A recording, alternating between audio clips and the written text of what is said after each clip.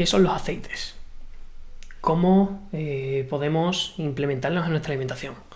¿Son realmente positivos para todo el mundo? ¿Podemos hacer alguna elaboración culinaria que mejore la calidad de esos aceites? Todo eso en el episodio de hoy. Bienvenido a Hackeando la Salud, un lugar donde discutimos ciencia y herramientas basadas en ciencia para optimizar la salud y el rendimiento en el día a día.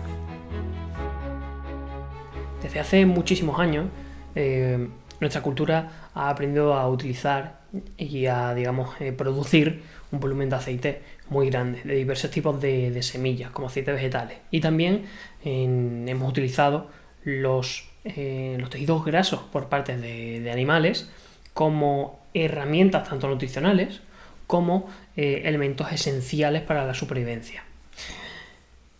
Es por eso que este episodio va destinado un poco a centrar un poco la información que se ha ido deteriorando con las últimas tendencias nutricionales de los últimos años y llegar a conclusiones precisas revisando algunos de los trabajos científicos que hay al respecto, ¿vale? Para centrarnos y para empezar, por una definición básica, los aceites son aquellas moléculas de carácter lipídico que están presentes, en este caso, en los alimentos y que tienen algunas características muy llamativas. La primera es que son combustibles, ¿vale? La segunda es que son capaces de almacenar algunas vitaminas que se llaman vitaminas liposolubles, ¿vale? Y además es la molécula que nuestras células pueden conseguir una mayor cantidad de energía. Es decir, de una molécula de grasa compuesta por ácidos grasos se puede sacar un mayor contenido energético que, por ejemplo, de una molécula de un hidrato de carbono, ¿vale? Que está compuesto principalmente por glucosa y otros azúcares simples. Frente a la pregunta de si estos aceites son necesarios o podemos restringirlos de nuestra alimentación sin ningún tipo de problema, nosotros a nivel nutricional tenemos algunos componentes que los denominamos esenciales. Tenemos aminoácidos esenciales, tenemos ácidos grasos esenciales. Recordad que los ácidos grasos son parte de esa molécula de grasa. Y tenemos también algunas vitaminas que son esenciales para la supervivencia. ¿Qué quiere decir esto? Todo lo que tenga la nomenclatura esencial necesitamos obligatoriamente ingerirlo periódicamente para no generar patologías asociadas a una insuficiencia o deficiencia de nutrientes, ¿vale? Por lo cual, a nivel teórico, no podemos vivir sin el consumo de grasas, ¿vale? Dentro de los ácidos grasos esenciales, ¿vale? Tenemos dos tipos, aunque después el pool de ácidos grasos es mucho más amplio, pero obligatoriamente deberíamos de consumir ácidos grasos omega 3 y ácidos grasos omega 6, ¿vale? Los famosos que suelen salir en publicidad de anuncios de margarina de hace unos años.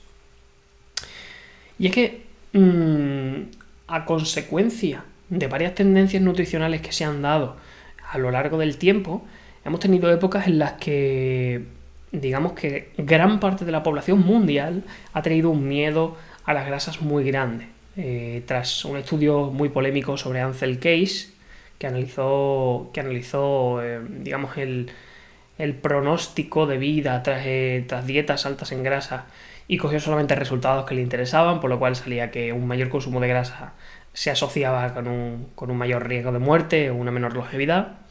Pero cuando se desmintió este tipo de trabajo, ya nos pudimos dar cuenta que las grasas formaban parte de nuestra alimentación y que no eran el malo de la película, que no eran el malo que propiciaba, por ejemplo, la enfermedad cardiovascular. Por lo cual, me gustaría contarte un ensayo que han hecho, y es un ensayo muy interesante, con 3 tipos de aceites que solemos utilizar o que se suelen utilizar en cocina y a nivel nutricional, ¿vale? Uno es el aceite de coco, otro es el aceite de oliva y otra es la mantequilla, ¿vale? ¿En qué consistía este estudio? Este estudio consistía en coger 91 personas, dividirla en 3 grupos, lo hicieron en el Reino Unido y se publicó en la revista British Journal of Nutrition, ¿vale? Una de las más importantes a nivel académico del mundo. y los sometieron durante 4 semanas a 50 gramos de estos aceites, ¿vale? Y vieron diferentes cambios bioquímicos en sus analíticas, ¿vale? ¿Qué ocurrió con este estudio clínico aleatorizado? Bueno, pues ocurrió que el grupo que consumió la mantequilla aumentaba de forma mucho más intensa, mucho más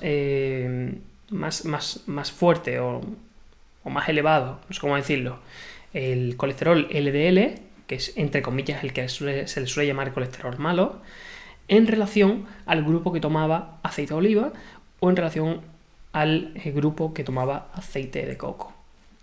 Aquí tengo que hacer un inciso, y es que realmente muchas veces a nivel clínico, a nivel de investigación, se coge un biomarcador como por ejemplo la lipoproteína de baja densidad o LDL, colesterol malo entre comillas, llamado por el grosso del mundo sanitario y también de la población, que realmente no son efectivos. Es decir, siempre se ha tomado como el LDL como un marcador que lleva a un riesgo cardiovascular grave, pero el LDL por sí solo no da información de nada.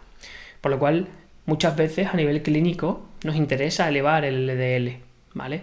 Dependiendo de qué tamaño sean esas lipoproteínas, que son, digamos, como una especie de esferas que transportan el colesterol o los triglicéridos a diferentes partes del cuerpo, dependiendo de cómo sea el tamaño, tienen un mayor porcentaje de aterogenicidad, es decir, más probabilidad de generar una placa de ateroma o menos probabilidad de generar una placa de ateroma. De hecho, el tamaño de la LDL es mucho más importante que el número, ¿vale? Y lo único que se mide en la analítica es el LDLC, que es un LDL calculado, que ni siquiera es un número real, ¿vale? Digamos que se realiza la medición con unas fórmulas, pero lo que decíamos, el tamaño es mucho más importante. Entonces, que la mantequilla suba el LDL más que el aceite de oliva o que el aceite de coco, se toma como un punto negativo hacia la mantequilla. Pero aquí son datos clínicamente inconcluyentes, pero epidemiológicamente dan información valiosa, ¿vale? Por eso os pongo este documento y después en conclusiones os vais a entender por qué, o vas a entender por qué lo he traído aquí. También midieron el HDL, ¿vale? Las lipoproteínas de alta densidad. Estas son las que quitan el colesterol de los vasos sanguíneos y se los llevan al hígado. Mal llamado colesterol bueno, es lo mismo. El tamaño de esta molécula también es relevante, ¿vale? Y lo que salió es que el aceite de coco era el que más elevaba el HDL en correlación, en este estudio, ¿vale? En correlación con el aceite de oliva o con la mantequilla. Midieron también cambios en la glucemia, en la adiposidad central, en la presión arterial, y no se vieron cambios significativos tanto en los grupos que tomaban aceite de oliva, como en los grupos que tomaban aceite de coco, como en los grupos que tomaban mantequilla, ¿vale? Por lo cual, como conclusión de este estudio, se puede sacar que aunque tanto la mantequilla, que es un alimento graso de origen animal, como el aceite de coco, que es un alimento graso de origen vegetal, son dos alimentos muy altos en grasas saturadas, grasas que se han demonizado a nivel histórico. Pero sin embargo son dos alimentos totalmente diferentes, que no solamente son grasas, que también llevan proteínas, que también llevan otras moléculas en su interior que suponen un cambio fisiológico a la hora de ingerirlo. Por lo cual, este estudio nos da la oportunidad de darnos cuenta de que dos alimentos similares en grasa saturada, uno procedente de origen animal y otro procedente de origen vegetal, tienen impactos totalmente diferentes en el organismo. Nos tiende a la reflexión de que debemos dejar de denominar o de catalogar a los alimentos por una molécula que tiene o por un conjunto de moléculas de la misma familia y ver a los alimentos como un ente de una combinación sinérgica de muchas moléculas nutricionales y además que nunca tomamos solos, ¿vale? Que los tomamos frente a otros alimentos que también hacen una combinación sinérgica y puede cambiar el impacto que tenga a nivel digestivo, a nivel absortivo, y al final definir si ese alimento está teniendo un impacto positivo o negativo en nuestra salud. Y la conclusión número 2 es que debemos de alejarnos de, digamos, de estos mensajes simplistas, de estos mensajes que te dicen, ok, este alimento tiene un gran volumen de grasa saturada, este alimento es malo, este alimento tiene un gran volumen de azúcar, este alimento es malo. Tenemos que alejarnos de esos mensajes simplistas porque no son nada realistas. En muchas ocasiones, meter un alimento rico en grasa saturada nos va a dar beneficio. En otras ocasiones clínicas nos va a venir muy bien ese azúcar para mejorar diferentes procesos que se dan en la persona. Es que dependiendo del contexto de cada individuo, a nivel clínico, a nivel deportivo, será interesante meter un tipo de alimento u otro. Entonces debemos de hacer el esfuerzo de pensar en los alimentos como algo más que un componente mayoritario, sino como un ente, y también pensar en con qué estamos mezclando ese tipo de alimentos. Por lo cual, tras esto, vamos a responder la pregunta de cuál es el mejor aceite. Y es que, como bien decía el grupo de investigación que analizaba este tipo de moléculas, no existe un aceite que satisfaga las necesidades lipídicas del ser humano. No hay un aceite que sea el aceite referencia. Sí que sabemos que hay aceites muy ricos en nutrientes y muy estables, como por ejemplo aceite de oliva virgen extra, que para el grosso de nutricionistas del mundo es uno de los mejores aceites que existe, ¿vale? Pero ni inclusive el aceite de oliva virgen extra tiene la proporción de ácidos grasos idílica para cumplir todas las necesidades nutricionales de una persona, ¿vale? Por lo cual, de aquí y de este concepto, de esta frase, de esta afirmación, viene la idea de que la combinación de aceites puede ser una estrategia nutricional adecuada para mejorar el contenido de ácidos grasos esenciales en la alimentación habitual de las personas.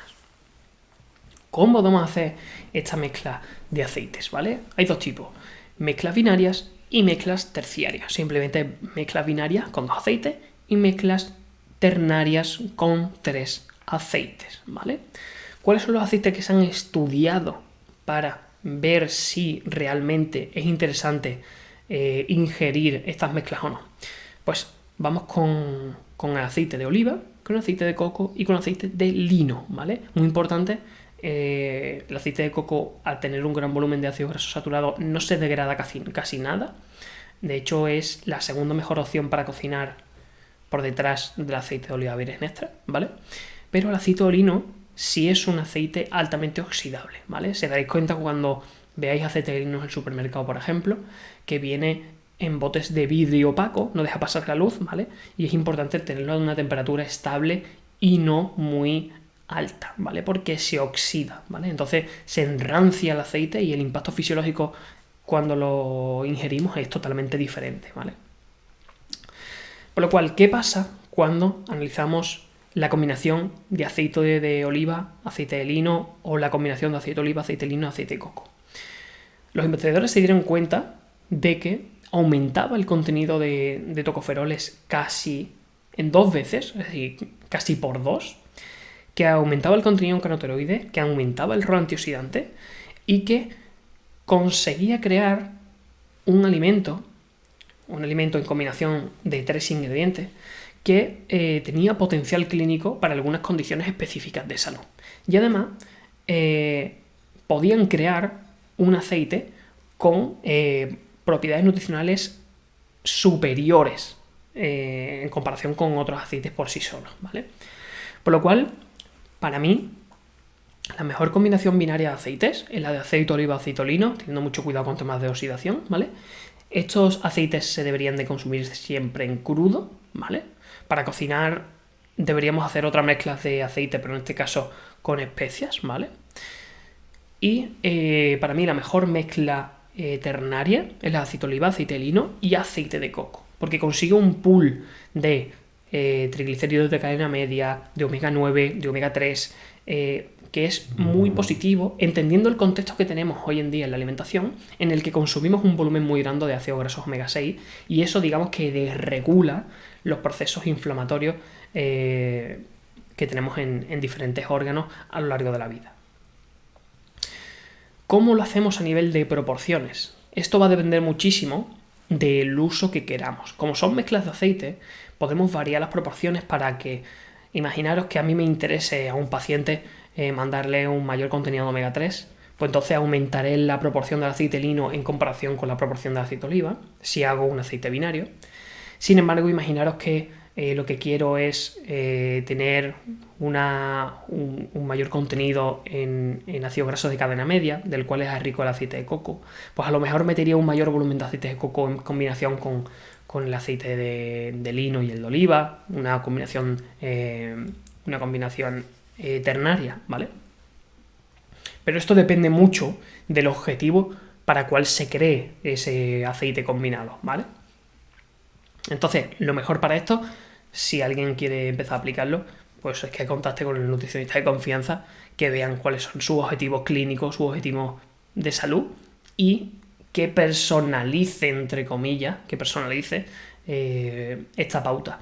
Lo más interesante en este caso es tener una prueba de ácidos grasos en membrana de eritrocitos, ver cómo están distribuidos en esa membrana de la célula los ácidos grasos y en relación a estos resultados generar este tipo de aceites, ¿vale? Después, almacenamiento, como decíamos, siempre en cristal opaco, ¿vale? En temperaturas estables. Si no es verano podemos tenernos en un mueble. Si es verano y las temperaturas son altas, vería una zona fresca de la casa, ¿vale? Inclusive muchas veces los suplementos lipídicos, suplementos de omega 3, yo recomiendo meterlos en el frigorífico, ¿vale? Y como conclusión o como fin de este episodio, me gustaría hacer una consideración sobre la grasa, ¿vale? No a todo el mundo le viene bien el consumo o el aumento de las proporciones de alimentos grasos en su dieta. ¿Por qué? Porque cada persona es interindividual y la digestión y la absorción de cada persona es individual. Personas que tengan alteraciones hepáticas pueden que les sienten bastante mal los alimentos grasos, ¿vale? Personas que tengan desregulaciones en los microorganismos que habitan en el tubo digestivo y no puedan realizar correctamente la conversión de ácidos grasos primarios, de ácidos biliares primarios a ácidos biliares secundarios, pueden que tengan problemas en la digestión de grasa. Entonces, el análisis del entorno digestivo de cada paciente es muy relevante para, digamos, implementar o no este tipo de estrategias, ¿vale? Al final todo es un abanico de posibilidades en el que lo interesante es conocer la información y personalizarla a cada persona, ¿vale? Como siempre, si tenéis dudas, si tenéis cualquier tipo de aspecto, me lo podéis preguntar por redes sociales, por comentarios, por lo que queráis. Espero que te haya gustado este capítulo. Y nada, vuelve Hackeando la Salud, vuelve el podcast sobre información para mí relevante y curiosa sobre ciencias de la salud. Espero que te gusten estos vídeos. Te mando un abrazo enorme y que tengas un genial día.